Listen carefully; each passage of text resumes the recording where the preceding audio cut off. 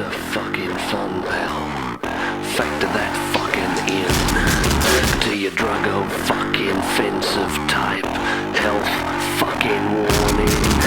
There ain't a lot that's fun, pal. Old age and school and dreams of a life that will never be. Sexless nights, wasted schemes.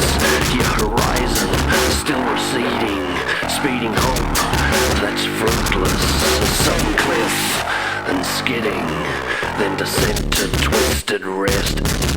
Sacred temple of the Emperor Buddha, serene and total peace. I was going to say, right, so first of all I was going to say, how fucking cool is it for, like, to see your shit with all the guys in Japan just now? I keep seeing pictures and I'm seeing, like, Alex wearing, like, t-shirts and stuff. I'm like, it's so fucking awesome, man. Yeah, it is really fucking cool, honestly. You know, on one hand, I feel like I kind of dropped the ball because I've just had so much shit going on. Yeah. There's like, you know, between Schlack, Manser, Yeah. and I don't remember who else is there. Sakuda as well. I really should have pushed more merch to them, and I just didn't. It just didn't dawn on me that Japan was so close. But Alex just got a bunch of new shit. But yeah, it's so cool seeing that dude because Japan Deathmatch is the best. Hands down. It's like I wouldn't even say there's like between like, you know, Mexico and America and the UK and things. Anytime there's Japanese death matches on, it's always like top tier stuff.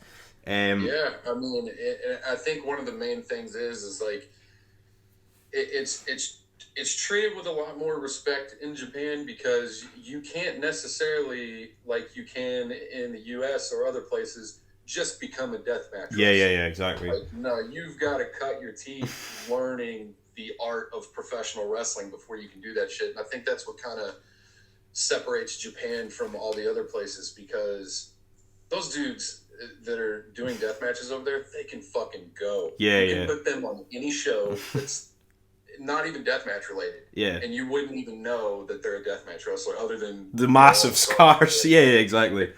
But no, but I was just when I was seeing that, man, because I saw a picture. It was like Schlack, Manser, and Cologne like eating, and it was like one of the shirts.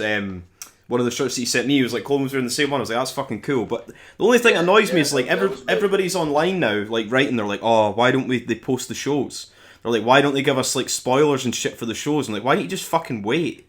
Just wait till the show's are ready. That's the other thing that drives me nuts about, like, not just about the wrestling scene. The wrestling scene's really bad at it, but just people in general.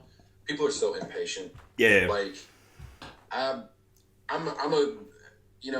35, so like I grew up in the 90s and stuff. I enjoyed things like going to buy the newest magazine. I enjoyed renting videotapes. Yeah, exactly, like, man. I like waiting for things. I feel like it makes the payoff so much better. I don't like things being so readily available. It's like just before we like started, we were speaking about that Jeffrey Dahmer thing. It's like when that came on, I'm like, oh fuck yeah, Jeffrey Dahmer, but it's the whole thing's out in one go. I'm like, okay, that's a night, that's a whole night done, and then you're like, oh, now what? What am I gonna watch now? Because it's like if it's week to week, it's like it's kind of the best thing. I wouldn't say that. I don't know if you're watching that fucking Lord of the Rings thing. But that's like I've seen 5 episodes and I've no fucking clue what's going on. Nothing's happened. It's like 5 hours of my life wasted time. Hey, but Better Call Saul's probably a better example, where it's every week it's like cliffhangers and you're waiting for it to start. I love that. I love that. My fiance and I talk about that all the time. Like, we'll be really excited, like you were saying, when a show comes out, but we'll finish it off in one day, and then we're like, well, fuck, now we gotta wait another year for this. Like, I would much rather prefer it be exactly 1 week after the other. So but I don't know. Yeah, but it's like the wrestling fans and everybody seems impatient and shit for that. But I'm really looking forward to Friday's the first one. Friday 8 p.m. Eastern for you guys, I think. I believe it's Friday. Friday for that. Yeah. I don't know Somebody posted all of the times online. I screenshotted it, but I don't remember what it says. And then they're in this morning. For me, tomorrow morning, they're in for Big Japan, I think. It's Mance. I believe. Mance, Effie, and Cologne are against Ito, Numazawa and somebody. This is all off the top of my head. I'm trying to remember the fucking life of me who the other guy is. I'm completely unprepared for. Oh no, but I have a piece of paper with like some notes in it. But anyway, I'm just saying it was fucking awesome for Japan. Anyway, so the first thing, the other thing. Professional. Oh yeah, the only thing is I sit there like see for me doing this, right? See during this is gonna sound like bad in a way, but like see during the pandemic, I fucking loved wrestling. Because there was like 2 shows ran a month. It was ICW and Olds Bar were running in a barn, and GCW were running outside, and that was it. Now there's like fucking 800 shows a week, and it's hard to like keep up with everything, especially when I get burnt out on things like really easily, and like if I feel myself getting burnt out on something, I will like purposefully won't watch shows for like a week or 2 and then go back and catch up on them, like, because it's just, I mean, like, it's so often, it's like, come on, somebody else has got to be getting burnt out too. Like, it's not always like that, but sometimes it's just too much. Like, I don't remember back in like 2005, 2006 when it would have been like IWA Mid-South and CCW, like I don't remember ever being there this much stuff. Ever. Well, they also didn't have like the streaming platform. Yeah, exactly. Yeah. That opens up all the content. Up, for it to be so much more often. But they were doing house shows. Yeah, nobody really got to see until like months later. Yeah, exactly. On video and stuff. You'd wait. I'd wait for like Smart Mark Video to get like my Cage of Death fucking 7, and it took like 6 months to get to my house, and I was happy to get it. But yeah, but like it's like you're saying, the streaming and stuff, and it's on Fight in the click of a button, and you've got it there and then. Which is funny too, because I'm sitting here bitching about things being too readily available, and then I do what I do for a living. Yeah, exactly. But I'm completely just like contradicting myself. It's the same with me, man. It's like I've the more stuff I have, the more I have to talk about. Right. But then it's like when I started doing like podcasting or whatever the fuck I do, I don't even really know what the name for it is. Like a show was like 20 minutes, now they're like 2 hours. And there's a lot, just because there's so much like fucking stuff. Like I've still not seen that Slave to the Deathmatch yet, but I really want to watch that. I'm not even too sure who. Yeah, I've only seen clips from it online. I saw Neil getting a fucking Kenzan pulled out of his head. I saw that. Dude, that thing looked like it's huge. That's the biggest one I've ever seen. I was gonna message him and be like, "Can you keep that and send it to me?" But I forgot to do it. I'm sure somebody else. Yeah, somebody will have it. Somebody will have it. What was I gonna say? So, how did you first like get exposed to death matches? Because you just said you're 35. I'm 32, so you're only a couple years older than me. So, when did you first get like introduced to all this stuff? I've been a wrestling fan since I could walk, as long as I can remember. It was just something that was always on in my house. It was something that people in my family were into, so I was always exposed to it. Like my grandmother, she worked for like the cable company. Oh, okay. So she got all of the pay-per-views for free all the time. Everything. I had promotional posters from shows that would be worth so much money now if I still had just kept them all. Yeah. And I just I had every WrestleMania poster, every big WCW poster.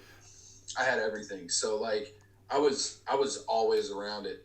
And Louisville, where I'm from, has got a big, rich wrestling culture too. Yeah. Like it was one of the territory stops in the old days, and I got to see some of that stuff quite a bit. And when I was about 10, I think I was about 10 years old, I came across the ECW. Yeah. And it seemed like at that moment, I got exposed to so much stuff really fast, like all of a sudden, like even like music.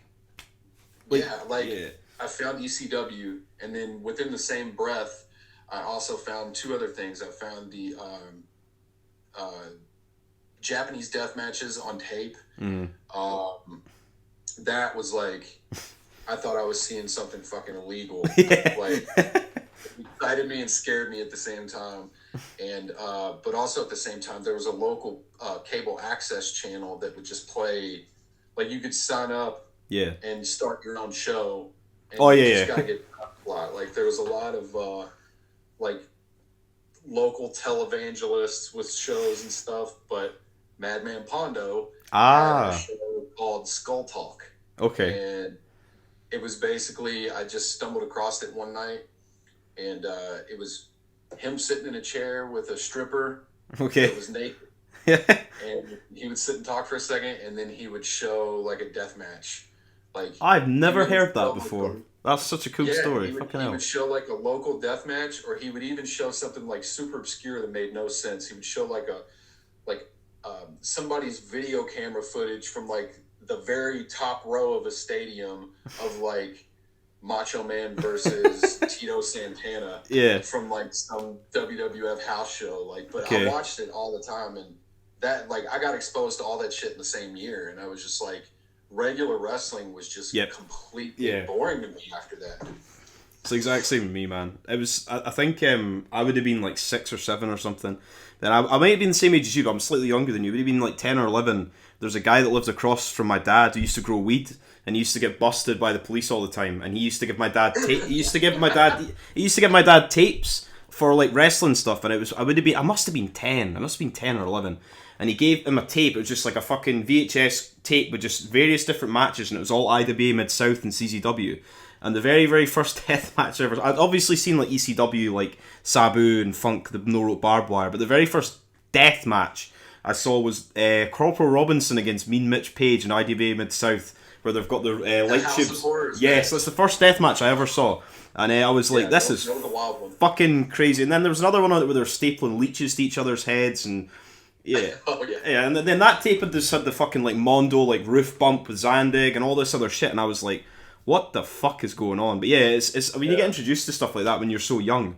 It's like the first death match that I saw that was, because obviously I had been really exposed to all the ECW stuff at that time, and that shit was like, that was hardcore, like that was fucking wild. But the first one I saw was from King of the Deathmatch '95 in Japan. It was Cactus Jack versus Shoji Nakamaki. Mm-hmm. It was the bed of barbed wire, bed of nails. Is that one where somebody gets... I'm trying to remember. The thing is, I've seen that tournament so many times, I'm just trying to remember. Yeah, that match was fucking brutal, and I remember just being like, dude, where is this? Like, I finally put it together that it was in Japan, but I'm like, I had known who Cactus Jack was before then, so I'm like, what the fuck? When was this? Like, he's on TV. They don't do this shit. Like, and it freaked me out as much as it excited me. Oh yeah. And I did everything I could to get a hold of everything I could from that point on. Yeah, I only heard, this is probably it's probably true. It might not be true, but I've heard like so many rumors that they only got paid, like Funk and Cactus only got paid like $400 or $500 fucking dollars for that whole show. I've heard Funk talk about that too. They didn't make that much money. I mean, this was apparently common during that time. Whenever they were wrestling in Japan, they did not get paid as much as they were promised, or it was like, I don't know, but I suppose it's kind of like, it's part of like the lore and the history of it, I guess. But fucking anyway, what was I going to say? Oh yeah, this I'm going to try and ask everybody this, and everybody's going to have fucking different answers, and it's going to be mildly difficult, I suppose so. Would you be a Mount Rushmore of deathmatch wrestling if you could pick 4 people? That's the answer I've had so far as well. Yeah, I know. It's funny, when I was going to get dinner before I came, I was thinking, like on the way home, I was like, I wonder what he's going to ask me. And I'm like, I bet he's going to ask me like the Mount Rushmore question. And I'm sitting here going, I don't fucking know. Because I know. How many people are on Mount Rushmore? Like 4. 4? Yeah, there's only 4. I live in America. I have no clue how many people are on Mount Rushmore. I mean, there's maybe 5. There's maybe 5, because there's that time when fucking Lex Luger in 1993 went in front of it in a bus and stood in front of it as if he was like the 5th like founding father when he did his thing. But yeah, there's 4. I mean, so this is where I was kind of at, like, how to answer this. Yeah. Am I talking about people who are legitimate, like, pioneers, changed the game, or like my favorite? Your favorites, because the thing is, if you're doing like for that, because I say that to everybody as well, it's what your personal favorites are.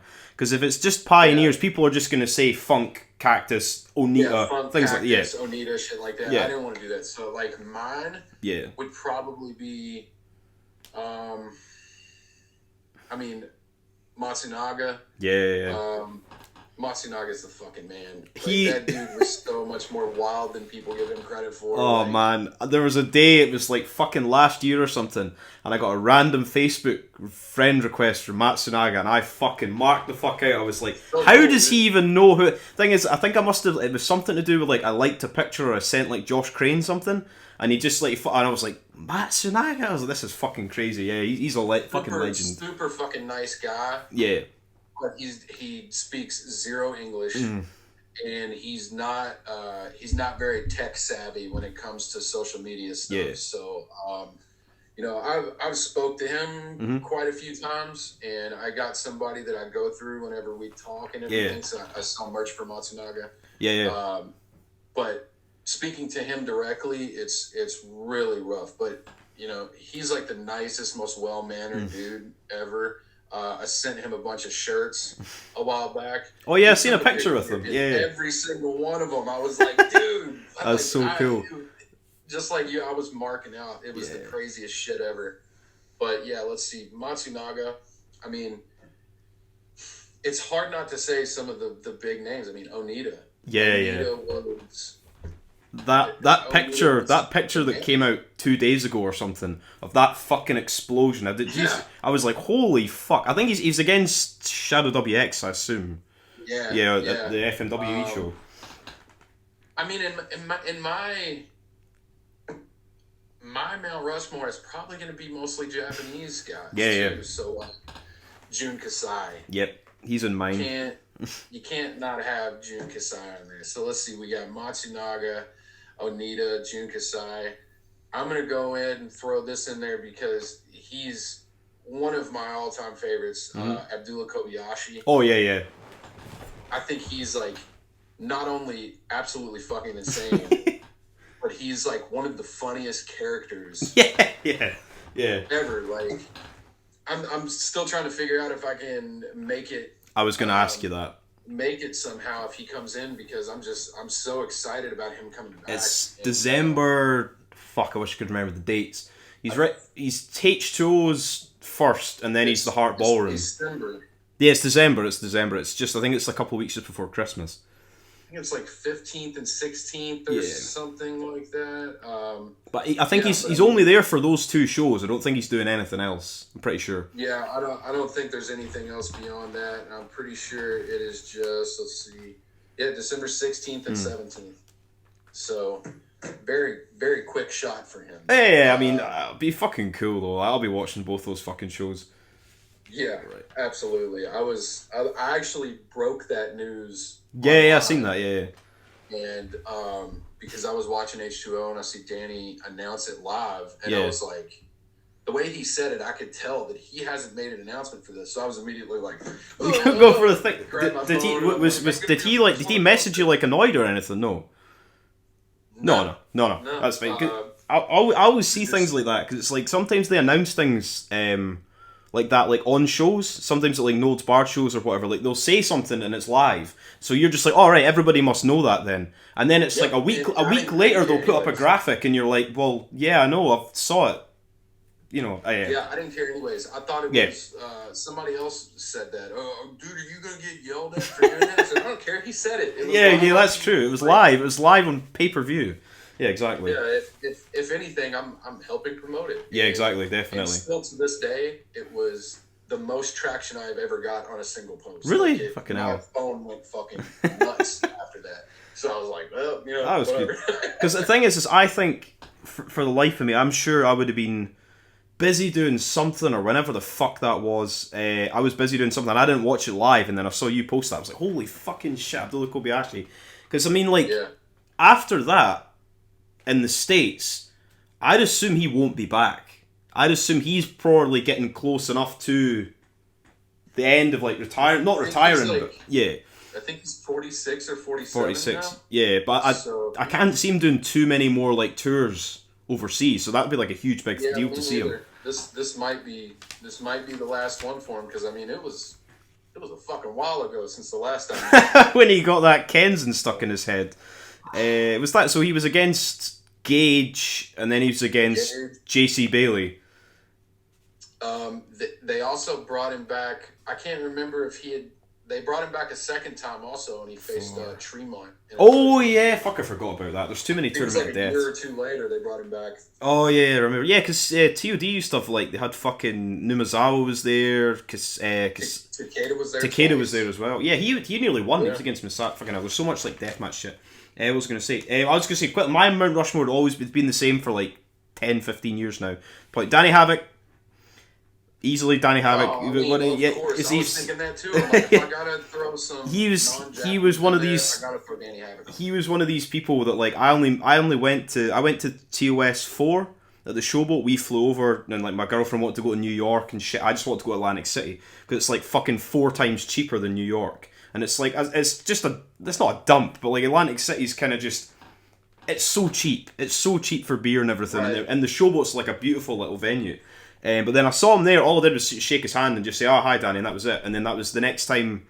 It would have been what, TOS 5, or maybe not even that long after that, 5 or 6, that he was dead. And I was like, "Holy fuck!" Yeah.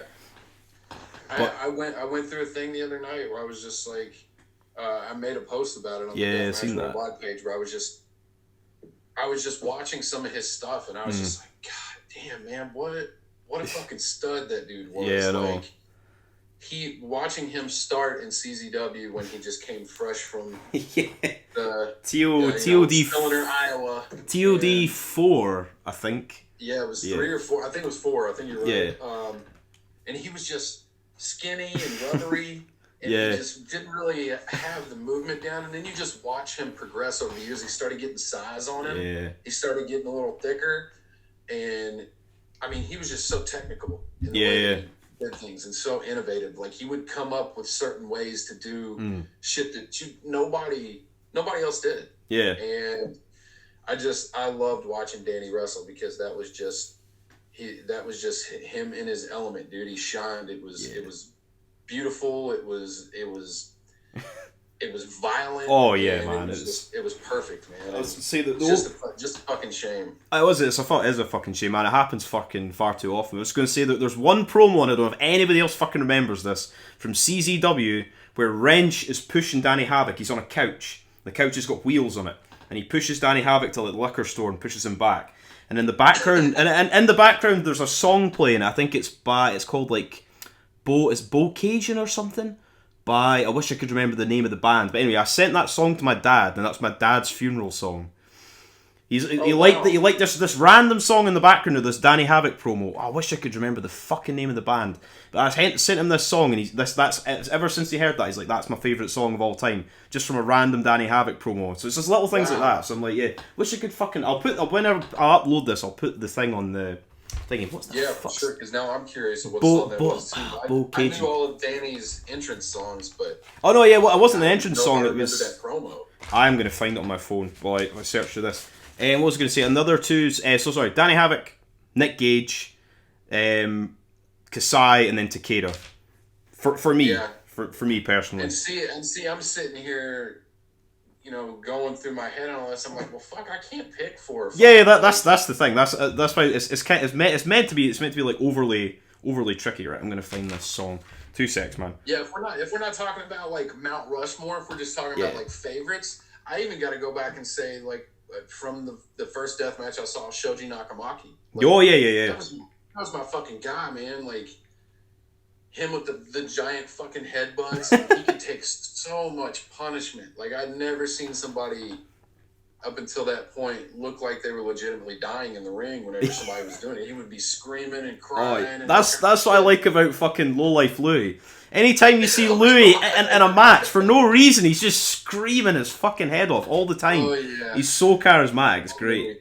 Right, I'm going to try and find this song in 2 seconds, and then we'll go back to fucking, where the fuck is it? So this is the sort of thing with me, and if I don't find something, I get really, really annoyed. Where are we? It's so fucking far down. Where is it? Danny Havoc, there we go. Danny Havoc's Wisconsin Death Trip. The name of the song is... It's by a band called the Tragically Hip, and it's Bob Cajun, BOBCAYGEON, by a band called Sounds like Bob Cajun to me. Bob Cajun. I think they're a band from Canada, but anyway, yeah, but it's not important. But what was I going to say?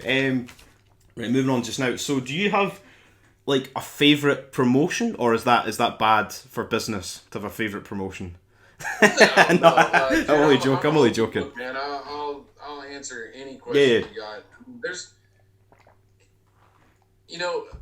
when it comes to like what I do, so, a lot of this is because I love deathmatch wrestling, regardless of who it is. I might work with somebody that I'm not particularly a fan of, but I want to be able to give them the platform to 100%, because nobody else is. And when it comes to favorite promotions,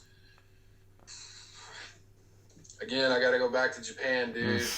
I'm a gigantic BJW mark. I always have been. It's kind of where I got my really big first taste of Japanese death matches. A lot of the big talent. Some of them still there. Some of them with freedoms. Some of them not even doing death matches anymore. All went through there, and I just feel like there's such a big history there. Yeah, definitely. So much stuff I watched. I love BJW. Yeah, man, definitely. It's funny when you see. My heart, I love BJW. There's like a picture of I don't know what show it is. It's a GCW tour show, and it's fucking Ito and Kobayashi against Mance and somebody. And the picture they've got of Ito is literally from like 2003. I'm like, he does not look like that anymore. Really he's like got grey hair and everything. I'm like, why is there such an old? It must be like a rib or something. But fucking. He's so skinny too. Oh yeah, exactly. But I always say as well, like no one ever agrees with me. I don't know why. He's got the best fucking frog splash in the business, easily. Yeah, I love it. It's like. I mean. You gotta look at Eddie and yeah. Eddie's fine, but he's. But those are a given. Yeah, exactly. Right? Whoever's doing it currently, nobody else is doing frog splashes anymore. No, exactly. Ito's the man. Let me see. Plus, he does it with light tubes too. Exactly, and it looks cool. So. It looks. Did you see the match with Kobayashi against Kamatani for the title? No, I haven't seen it. It's really fucking good. Really? It's really good. It's okay. Oh, I'd highly recommend. It's on the Murder Death Kill Club Facebook page somewhere. Okay. That's a fucking good match. Right, where are we going to? Oh yeah, this is another thing I was going to say. So when you started Deathmatch Worldwide, I was so fucking happy. I don't even know how me and you even got like speaking. I don't know if I reached out to you, if you reached out to me. I can't remember. I generally can't remember. I think you had just randomly placed an order. Yeah, maybe. Yeah. And you made a post that you was like, "Oh, I can't believe he sent this all the way to England from the U.S. and like it didn't take 6 months." Oh or something God! like that. See, honestly, like, in the old days, I think I messaged you. Yeah, I think you did. Thank you so much. Yeah, man. No, I appreciate the fuck out of like what you've done for like the merchandise stuff, man. Because see, back in the old days when it was 2005, 2006, CZW still haven't sent my blackout T-shirt. And it's been a long time since then. And then there was a period in time where there was like I wasn't gonna give fucking Ian Rotten money. I wasn't gonna send him money for stuff. I remember there was once I was gonna buy like a King of the Deathmatches T-shirt, and I was just like, nah, they're probably not gonna send that here. But CZW. Which one was it? Was it 2015? It's the one. It had like a big sort of demon on it. It was purple. Is that? Am I thinking of an IWA Deep South? Did Ozawa do that one? Yes, he did. Yeah.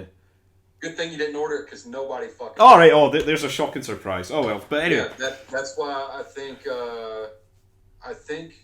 I don't want to speak for him, but I'm pretty sure Ozawa never did another design for them after that.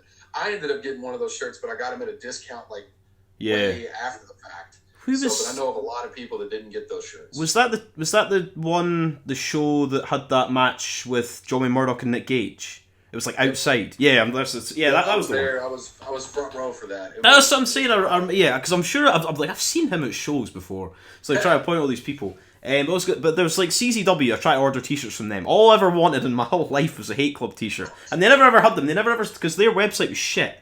Like 2005 to like 2008 or 9. Then they had that company called Random Things that like Danny Havoc used to work for. It was like a subsection of like CZW's merch. I'm almost certain Danny Havoc used to do some sort of work for them, and they had posters, and I got like Nation Intoxication T-shirts for them, and then that just kind of died, and then for ages you couldn't fucking get merch here for anything until like obviously it's like through the pandemic, and like now like various companies, like merch is such a big thing.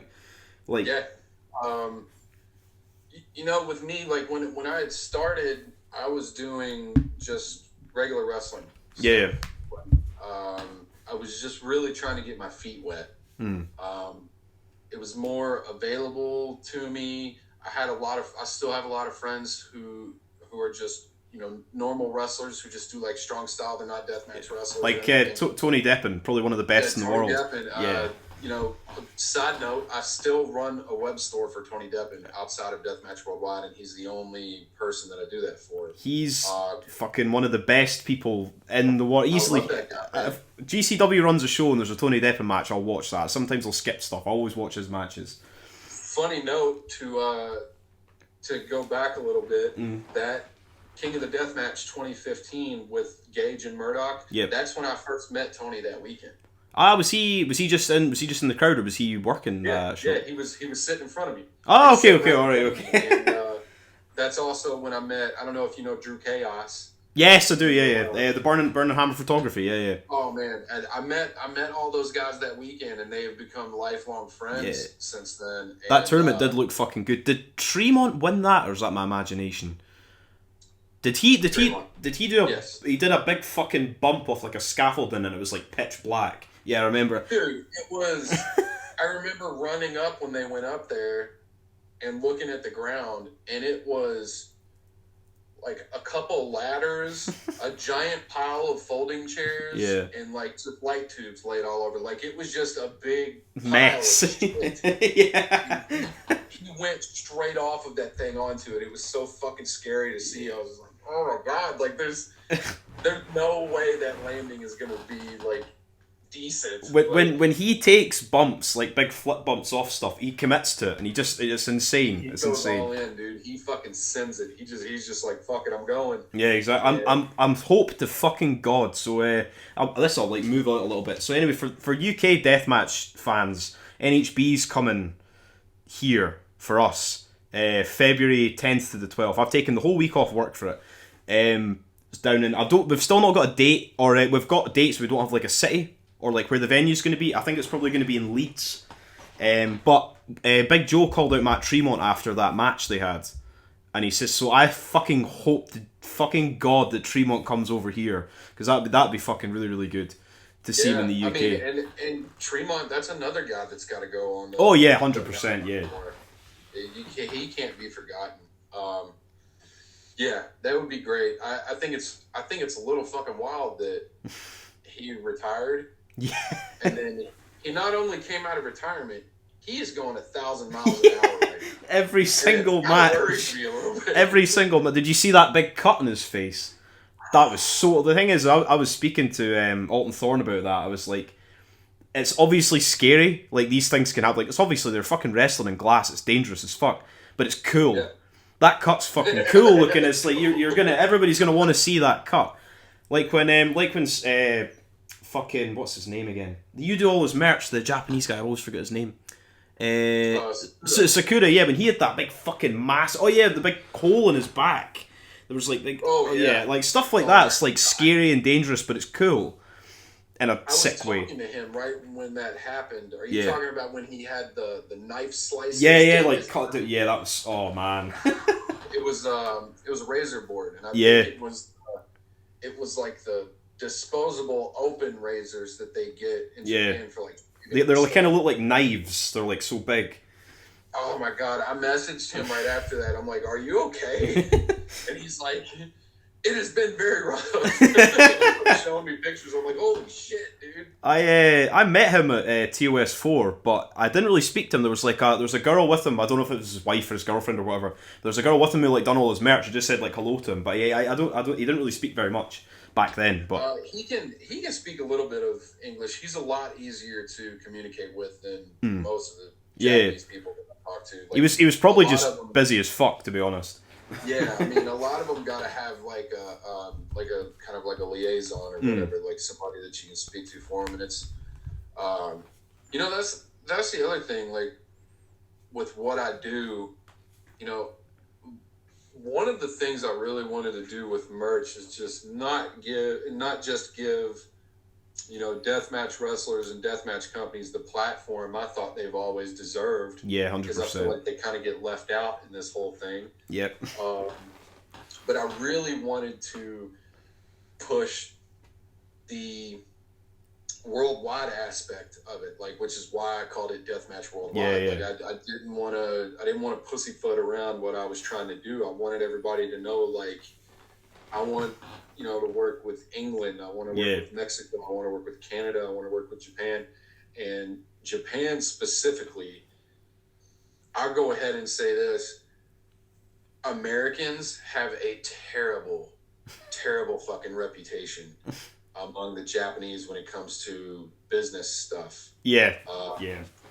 And, one, because everybody just steals and bootlegs so much shit. And I'm like, God damn, like, even now, I'll call people out on it, and I don't give a fuck, because I'm like, I actually respect and love these wrestlers and these companies that give their life pretty much for our entertainment. I want them to see the fruits of their labor. Yeah, I want them to get paid. Even the smallest amount. Like, yeah, exactly. And when you're just calling yourself a fan and saying you love this person, and you're just openly stealing shit, and sometimes just stealing it, sometimes just selling stuff and pocketing from it, you're still stealing from them either way. And exactly. It pisses me off. I'm like, it just makes me mad that, like, how can you sit there and call yourself a fan and then you steal from them in the same breath? Yeah, exactly. And that's not just for deathmatch. That's for all wrestlers. Like, it's rampant, and it has taken me years to have relationships with some of these people, especially in Japan, because you got to prove to them that you're not going to be like the 900 other people they've come in contact with over the years from the States that constantly tells them one thing and then does exactly the fucking opposite. Like, you gotta treat it with honor. You gotta treat it with respect. You gotta treat it like you care, and just do good business. That's all it is. Like, people like to fuck things up so bad for no reason whatsoever. And every time now I still see somebody doing the same shit. I'm like, dude, so many people message me on a daily basis, and they're like, can you try to get this? Can you try to get this? And I'm like, yeah, well, maybe if you get this dude and this dude that you support to stop fucking stealing shit, I might be able to get that done for everybody at some point. People message me, like, all the time, and they're like, oh, how do you afford to, like, pay for, like, all these, like, fight GCW shows and all this shit? And it's just like, if you don't have the money, like, don't do it. Like, it's not that expensive. It's not that expensive at the end of the day, like, to buy some shows and fight. To be fair, GCW. If you love it. Yeah, exactly. If you love it, like, but then sometimes you'll see, like, an NHB show go up, or even, like, I saw the new Deathmatch Down Under, the Dream Tournament too, and it was just like somebody put a comment, and it was just some guy had posted the entire thing up on a torrent. I was like, what the fuck are you doing? It's IWTV's $10, like, a month. Like I get it. Like, when it comes to, like, pirating shows and stuff. Yeah. I get it. Sometimes the stuff is not readily available. It's not easy to get a hold of. But, Americans, especially being so fucking spoiled, people are going to start looking at me like that dude Stephen A. that works for GCW thinking that I hate America. No, I don't hate America. I fucking love America. But American business people in wrestling don't have the greatest reputation overseas, is what I'm trying to say. I like that Stephen A. guy. He's got that podcast with Cologne, I think. I love it. I like the podcast as well. But the only thing I remember is Stephen A. was like at a show, and he was meant to give me a Takeda shirt or something, and he forgot, and I was like, that's not like a big deal. Who cares? Yeah, I don't really know the dude too well. I've spoken to him a little bit, but people fucking hate him. But the thing is I genuinely think that a lot of it's probably out of, like, he's at the fucking Freedom shows. They want to be at the Freedom shows. Yeah. More or less, you know what I mean? Because he's got, like, a front row. Because I assume he lives in Japan, like, full time. So, yeah, he does. So he's there and he's seen all these shows. Like, I'd fucking love to be doing that. You know what I mean? So people will just get pissed off with things like that. But he seems like a nice guy. People get pissed off at all kinds of things, like people's opinions. Opinions are so not important. Like, yeah, exactly. It's like, in my opinion on anything, it's not important. Yeah, it's just what I think. Exactly. It's just me talking. Like, I was just going to say, so what's going to be like, for where you are, like, how often do you actually get to go and see, like, deathmatch shit?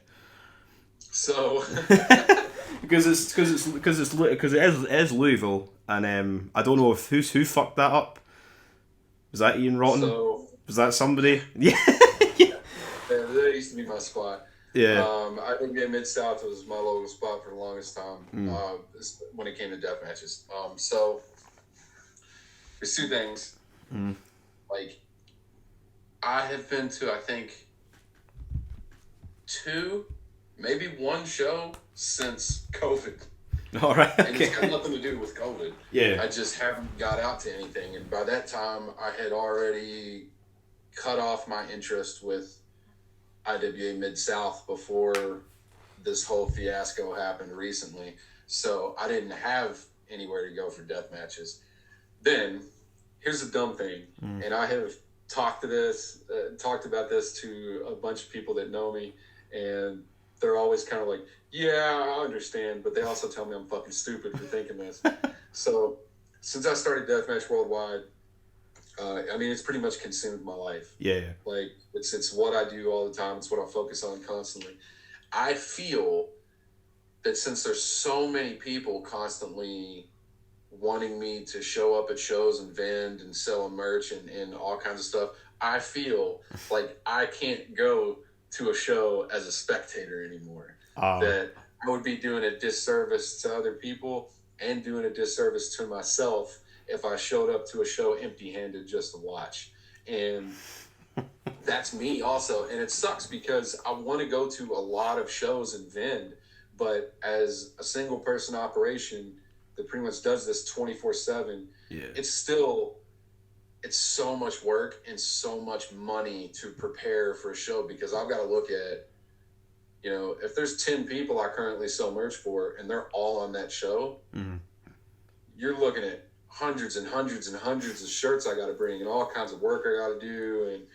And it's just, it gets overwhelming sometimes. Yeah. So I'm really trying to break out of that mindset, that silly fucking mindset that I have, and just travel more, because I haven't really had a chance to travel at all. Got to get a van, got to get people to help me, all kinds of shit. It's just a lot goes into it, and if it doesn't line up completely for me, I'm just saying, fuck it, I'll do it next time. Yeah. Plus, it's like it's stupid though. If you travel to a show and you take merch for a show, it means that you're also not home. Right. So then when other orders come in, it's like you've kind of got like a backlog of stuff when you leave, and then you come back and things like that. I'm always behind as it is anyway. So, but that's not even a worry to me, because I'll get to it. Nobody's ever not gotten their order with me. Nobody's ever got it longer than the window I promised. Nobody's ever gotten it, longer than the window that I've promised they'll get it in. Yeah. I still think to this day only one person has ever asked for a refund. And I normally don't even do that because the shit was already ready. It was getting ready to go out in the mail. It was like sitting by the door, and it just pissed me off so bad. I was like, here's your refund. Don't ever... Don't order again. No, I know what you mean. It made me so mad. I was just like, oh, God damn it. Like, yeah, it's... I need to get to more shows, definitely. I'm thinking about how I can try to make it to see Sakuda when he comes in for GCW. I'm really wanting to try and see if I can see the Kobayashi stuff when he comes in. But, I've never been to New Jersey. I've never been to New York. I've never been to Philly. I've never been to any of these places. So, yeah, it's crazy. I don't travel too much. Oh, well, I mean, it's just for in the UK, man. That's the sort of thing. Is I want stuff up here. I mean, the UK's tiny. The UK's tiny in comparison to where you guys are. But there's like 3 deathmatch companies, sort of, maybe 4 that push in England. But then in Scotland, there's like nothing, and I can't be fucked traveling. when I went down to the last show. It was meant to take me like 4 hours on a train to get home. There was like a massive heat wave, and I got stuck for 13 hours on a train. The train tracks in front of us went on fire and shit. I lost my wallet. Shit. Yeah, it was so hot that the train tracks went on fire, and we were stuck there for like 7 hours. I lost my. So you're probably looking at me like, you pussy. No, but it's Show. like I don't want to travel, but it's just like, man. But the thing is that if I was doing what you were doing, I probably wouldn't either, because like you need to work. It's like, you know what I mean. It's like a full time thing. Dude, it's like a, I don't know. Maybe it's like an OCD thing. Yeah. Where I'm just like, oh man, I really want to go to the show, but then I'm gonna show up empty handed. And there's going to be all kinds of people being like, well, why didn't you bring, you got any shirts with you? You bring any shirts? And there's going to be wrestlers on that show that I'm going to be like, I could have brought your merch to sell, but I'm sorry. I didn't. Yeah. It was, I didn't have a lot of time to prepare. Like, I need quite a bit of time to prepare. Like, I don't have a gigantic warehouse full of 9,000 shirts yet. Yeah. You know, for the most part, there's things that are printed in small batches that I keep on me. But for the most part, there's over 400 shirts in the web store. There's a lot. Almost all of that is printed on demand as it comes in. Like, I've got this one just now, the Bloodbath Behemoth one. I sometimes try and forget that I've got, like, that's what I'm saying. One of the shirts, one of the guys, or both the guys, is Tank and Rev, are, like, people that I've loved for so long, and I've never been able to buy anything. I want the Rev on commentary for more shows as well, because his voice is fucking awesome. 1,000%, dude. I heard there was that, I think it was that Boardwalk Buds thing, and he got to do commentary, and I saw people online complaining about that. And I'm like, he's amazing. what are you talking about? That dude is amazing. Yeah, I would have been, the first time I heard him, I'm sure I'd seen him, like, about, like, with the gimmick and everything, but the first time I heard him was at a Deep South Carnage Cup, and he was on commentary, and I was like, who the fuck is this guy? Because his voice is so cool, and then he comes out and he's screaming about Tank, and then obviously, but now, like, I always try and remember to not wear my Tank shirts to work, because they've always got, like, fuck you, or fuck this, or fuck that in the back, and I always forget. Because I just pick up any, because at my job I just wear whatever to work, but I always forget. I just put on a wrestling t-shirt, and sometimes I'm like, oh fuck, you know. How's that go over in England? You wearing a t-shirt that says "fuck you," I'm from Tennessee. The thing is, it's like, it's weird. It's like, I work in Edinburgh. It was like the capital of Scotland, and I walk down and we're just wrestling shirts, wrestling hoodies, like, all the time. No one bats an eyelid. No one even looks or cares or anything. But I never ever see anybody else wearing wrestling t-shirts, which makes me kind of worried. But it might be where I am. You want to know something funny? Is I told my fiance I was going to say this to you, but like, I've always been really big on, like two of my favorite types of cultures are like the Scotland, Ireland, England, Norway, Scandinavia type stuff, and then Japan. Like, those are my two favorites. But when it comes to, like, your area, I saw a picture you posted of I think it was like you and your wife, your girlfriend. Fiance, yeah. You all were like standing like by the water, and there was all this stone stuff off in the distance behind you. I have a strange obsession with like stone walls and things that are covered in moss. And, like, old, like, Celtic looking, like, castles and stuff. I love it so much, dude. I'm just like so jealous you're around that all the time. Oh man, it seems nice that, like, my girlfriend's family lives up the north of Scotland, and it's all like hills and all this sort of shit. And in the summertime, you're like, this is great. Oh, it's amazing. And then in the wintertime, you can't travel. There's snowstorms. You get cut off, and there's power cuts. Like, fuck that. It's nice for a little while, but eventually you're like, no, I want to get back to a dirty, horrible city where everything's kind of like kind of normal. What was I going to say? Oh, that's another thing I was going to ask you. What's the price of a box of fucking light tubes? I'm going to ask everybody this, where you are. The price of the box? Yeah, boxes say 25 or 20. So I have no clue what they are currently. The last time because when I would go to shows, I would always take tubes with me. I remember one of the, I think it was like King of the Deathmatch 2017, was also Murdoch and Tremont. Yes. The prison cell finals, all the light tubes were like 7 feet tall. That's that picture of Tremont as he's like walking in. It's like black and white, I think, from behind him. Yeah. So I had provided all those tubes for that entire tournament. Holy shit! And I had gotten a hold of a buddy of mine who worked for a company that changed light bulbs on tanning beds. Okay, yeah. And he was like, I got about 3, 4, 500 tubes. Do you know what I can do with these? I'm like, yes, I do. give them to me. So, Yeah.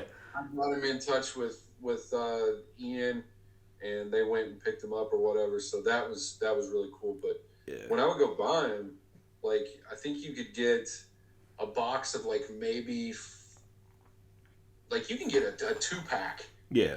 And they're not cheap. Even it's just 2. I think they're like $15 for like 2 of them or It's something. ridiculous. So like a big box, I can only imagine you're getting in the $30, $40, $50, $60 range. Like it's ridiculously expensive. Yes. What is it like in England? In some places, so you get like a big, like massive, like hardware stores, a place called B&Q. A single tube's £9. So Which is how much is that? Exchange rate's probably about $13 for like one tube. but then you can get smaller places where they'll sell entire boxes where all the tubes will be £3, so like, you know, $2 each. You just have to try and go where you go. But there's a shop around the corner from me, and they were like redoing all their lights, and they had 80 tubes in a bin outside, and I was like, can I take these tubes? They're like, what do you want the tubes for? I was like, can I just take them? I'll bring the bin back. Can I take the tubes? They're like, yeah, sure. So I've got them all up in my attic for the next show I have to go to, because like 80 tubes is like a lot of money to get them like brand new. I've taken some like from in front of a business before, like years ago. Yeah. And they would always ask me like, what do you need those for? And I always say it's for an art project. Yeah, that's what they say. They don't understand why, but for some reason it always works, and they'll go, "Oh, okay." Yeah. If you just use the excuse that something's art, they're like, that's fine, whatever. I suppose it is art, kind of. I guess. What was I gonna say? What was another thing? Yeah, it's expensive. Oh yeah, 100%, far too expensive. Oh yeah, that's what I was gonna say. Your thoughts or opinions, if you have any, on the XPW no holds barred stuff. I knew you were gonna ask. Yeah, I just think it's like current. So, I feel like I'm like kind of a neutral. Yeah, because, me too. Like I don't know Danny, but I've had some interactions with him before. Yeah. Obviously love ICW. I know Rob a little more. Mm-hmm. Was gonna work like for XPW at one point, doing all of their merchandise stuff, but it didn't pan out. It was kind of, respectfully, it was kind of outside of what I was trying to do with the web store. Like it wasn't what I created the web store to do, to run something outside of it. But I still keep in contact. But the whole thing is just, it's all a bunch of silly bullshit. But while it is silly bullshit, it is extremely entertaining. It is. That is entertaining. And I don't give a shit about what the promoters are doing, arguing with each other. I just care about the guys. matches that come from it. Yeah, exactly. And my hope is that if anything comes out of this, that wrestlers make more money. Yep, 100%. That's all I care about. Like, you guys can motherfuck each other left and right, and fuck with each other's shows constantly as much as you want, as long as it's creating more bookings, more money, and it's not affecting anything that the wrestlers have going on. I'm all for it. Yeah, Kill each other. 100%. That was the only thing I thought was kind of shitty for it, was like for Schlack, because he was going to go to Australia and stuff, and then he doesn't get to go to Australia. But I mean, he's in Japan now, so but. That's the only thing that pissed me off, is there's that like one little thing was for Schlack, but it's I made a post the other day that Schlack was laughing at. I posted a picture of him with like a poll or whatever in my Instagram stories that said, "Who's at fault for the great Deathmatch War of 2022?" And the options were Schlack, and Schlack. Yes, it's all. And he was laughing. It's like, dude. Everybody's killing each other and arguing and all kinds of shit right now, and I'm just sitting back like, it's fine. As long as that's what I'm saying. As long as he's making money, who cares? It'll be entertaining. Exactly. That is like the most important thing above all. Like, and I heard I think Cologne talk about it on the World of Deathmatch podcast. It was just like, it was either him or Steven, I don't remember, but I agreed with everything that they were saying. It was just kind of like, how the fuck are you going to get mad that Schlack is making money to not mangle himself. Yeah, exactly. Like, what the fuck do you got to get mad about that for? Like, I know. what is? It doesn't make any sense, because all that says is you're saying, no, you shouldn't better your life and take more money. You need to go bleed for us. Yeah, Go exactly. bleed for us now. That's bullshit. Like, that's what that says. It's strange, yeah. It drips with insincerity, and it's just like, Wrestling's a business. You should make as much money as... Crazy, man. But further, what was I going to say? The only thing is, I see like every time like the XPW stuff for that show, they're announcing people, and I'm like, holy shit, Sexy Eddie. I'm like, holy shit, Drake Younger's there. I'm like, what the fuck is Drake? I think is I don't know if I don't think, because at the time, obviously, like 2007, he was CZW. He kept that place afloat for a long, long time. Obviously, everybody cares about Paul. Who gives a fuck? Couldn't care less what anybody thinks, like politically or religiously or anything. I don't give a shit. Who cares? A shit when anybody thinks no, exactly. At all. But I just wonder, because before Drake, he went to WWE to be a referee. Before Drake did that, he kind of more or less like retired from death matches. So I don't know if he's going to do a death match. I don't know what he's going to do.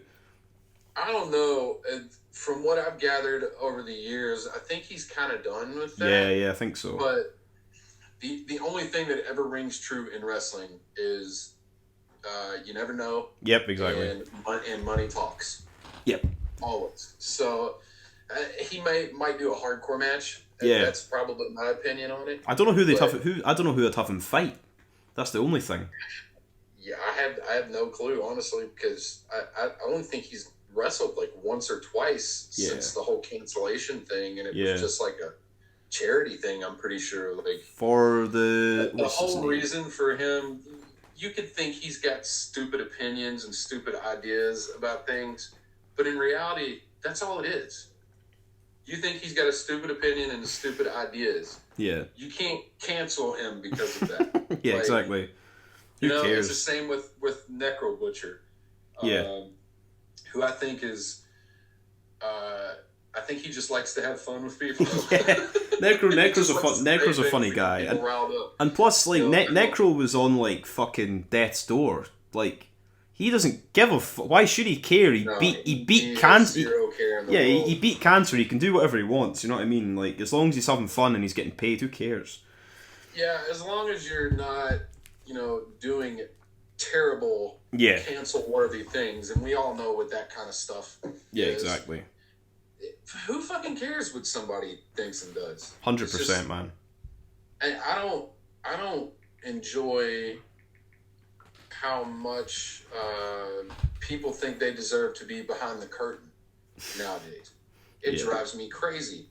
I'm like, and believe me, being in the situation where I'm in, where I work directly with a lot of wrestlers doing merchandise for them and do business with them and everything, I hear a lot more things than I probably should. And a lot of times I kind of just do that because I still just like to enjoy wrestling. I don't want to know about all the shit. It's one of the annoying things as well, man, is like doing that, like podcasting and reviewing and all this shit, is that if I'll speak to wrestlers and stuff, or I'll even speak to like other people who are like backstage and things, and people will tell me things and then they'll write underneath, don't tell anyone this. I'm like, I'm not gonna tell anyone.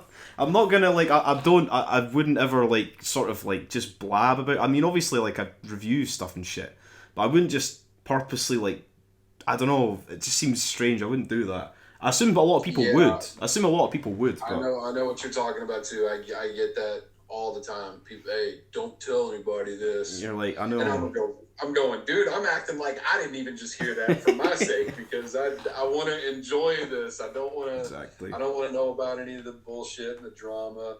I don't fucking care. Like, if you, like, deathmatch wrestling is in my blood. Yeah. But if you notice, I don't interact with a lot of people online. I don't on Facebook. I don't in the groups. Every once in a while, I might pop up and say something. Yeah. But it's the negativity and shit. It's not for me. There's so much. I do this because I love deathmatch wrestling, and that's all I care about. I don't want to fucking argue with anybody. I don't want to be held on a pedestal being the number one fan for a company. Not that there's anything wrong with that, but people trying to be things that they're not. I got no interest in there. I'm still a fan as far as I'm concerned. Yeah, me too, man. I just want to watch wrestling. Same. That's the only thing I was going to say as well was just with NHB and XPW. I mean, I don't understand why there's like they're running against the NGI. You know what I mean? Like, dude, I don't know. Like, I have sat and tried because, like, for the most part, like I was saying, I stay out of any of the drama going on. But this has been extremely entertaining to me. It has been really funny. Because it's everybody just going head to head to head, and honestly, I don't think GCW could care less. That's the funny part. The NGI is like probably one of the biggest shows of the year. I mean, if we get deathmatch shows, but I mean, aside from like TOS. But like they're the big Joes in the NGI. I'll watch all three of the shows, but I'll watch NGI first because it's probably the biggest show of the three of them. No matter who XPW get or whatever NHB are doing, it's the NGI. So I mean, I don't know why they're so worried about that because I would assume majority of the sort of hardcore deathmatch fans will be going to the NGI. But yeah, I think in my opinion, I feel like the majority is going to be going towards GCW and ICW. Yeah. I think XPW is probably still going to have a fucking awesome show. I think it'll sell out. I think it'll sell out because people are saying that there's like little things with tickets and things and like who cares, but it's still like more than a month away. I reckon because that building only holds 300.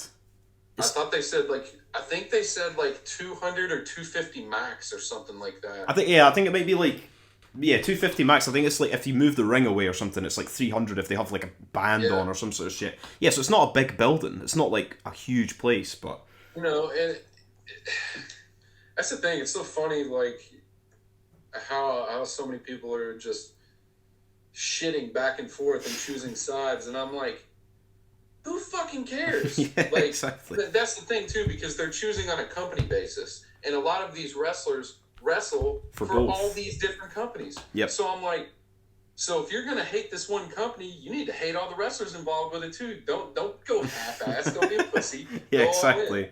Be like, oh, I hate XPW and everything it has to do, but I love ICW. Well, what if Mickey Knuckles wrestles for ICW, then she goes and wrestles for XPW? You're gonna hate Mickey. They announced fuck up. one of my favorite guys in the US right now, hands down, is the Bev, and he's wrestling XPW that night.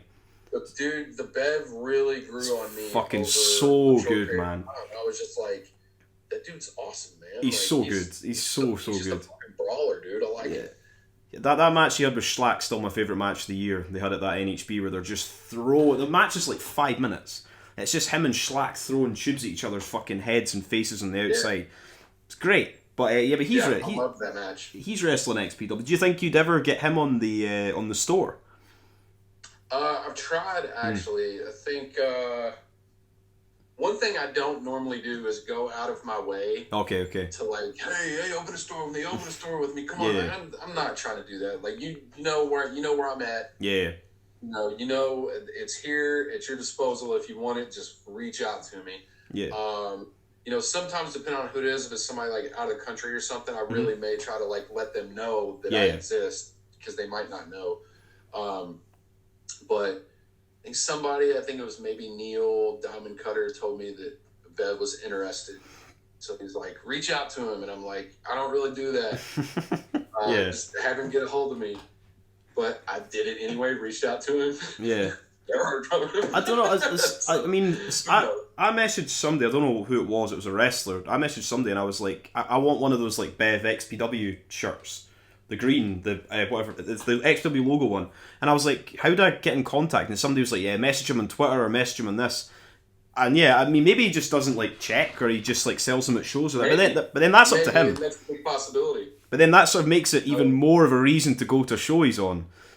Yeah. You know, to go and get one of his shirts. That's the thing too, when it comes to merch, like, you know, the door is open here for everybody. Yeah. And one of the things that I wanted to make sure that I did when it comes to selling merch was I didn't want to limit their abilities for other exposure or making more money elsewhere. So like my agreement pretty much gives them freedom. Yeah. You know, I'm just another avenue. Like there's plenty of people like Alex Cologne. I print all of his merch that he sells himself at shows. and he still sells shirts on my web store. You know, like I got I wanted this. to make sure that I got that, everybody and can I do got when he everything. was in the UK. I've got that. I did not do that. I don't got that. Okay. I did not do that because my embroiderer, our relationship kind of fell okay. apart.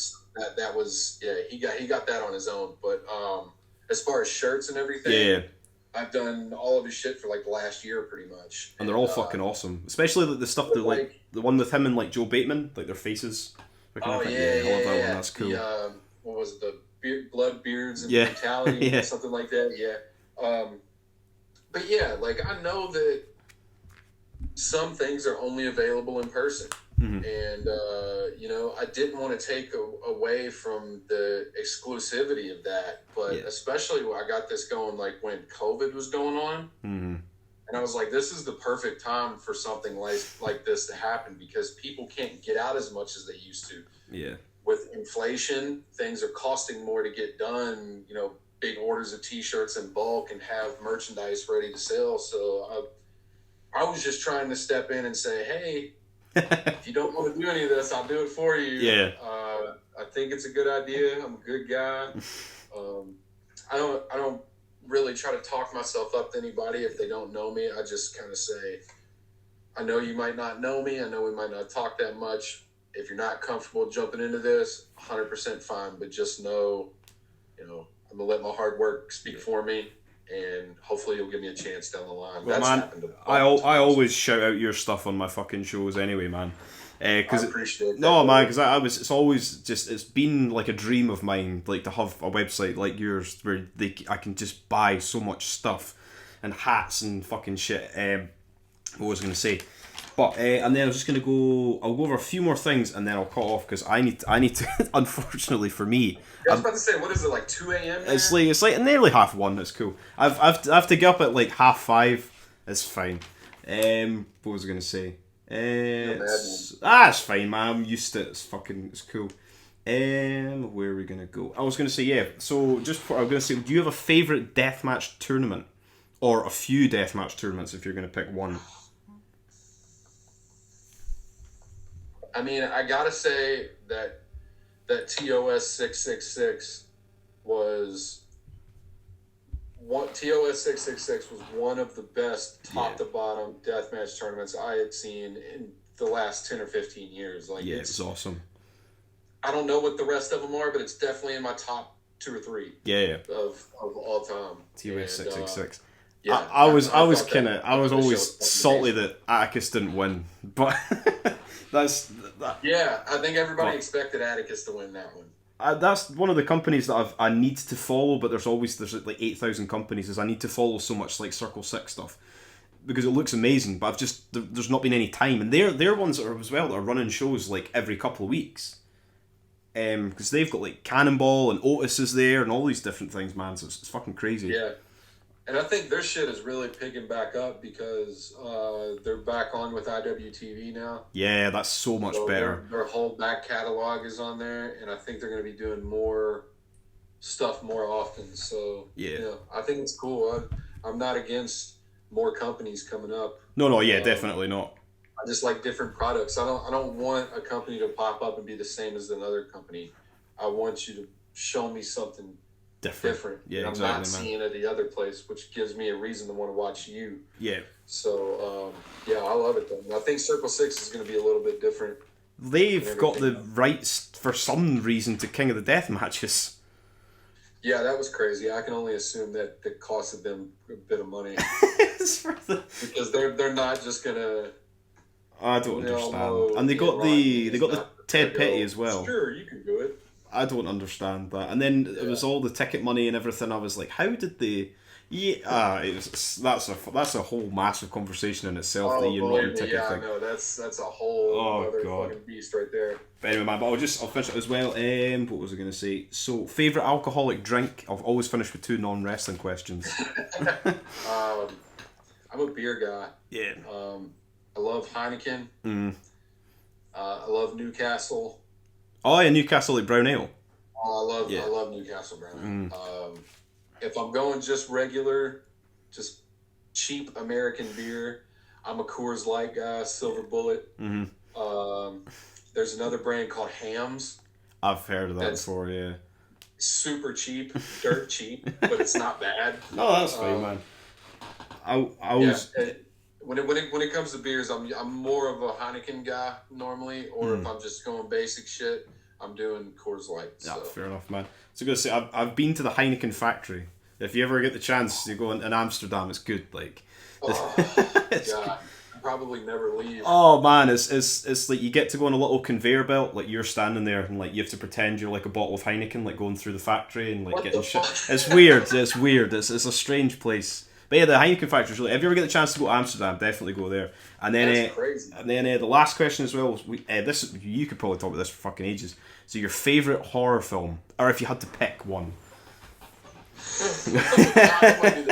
or even just a couple, I'm looking around.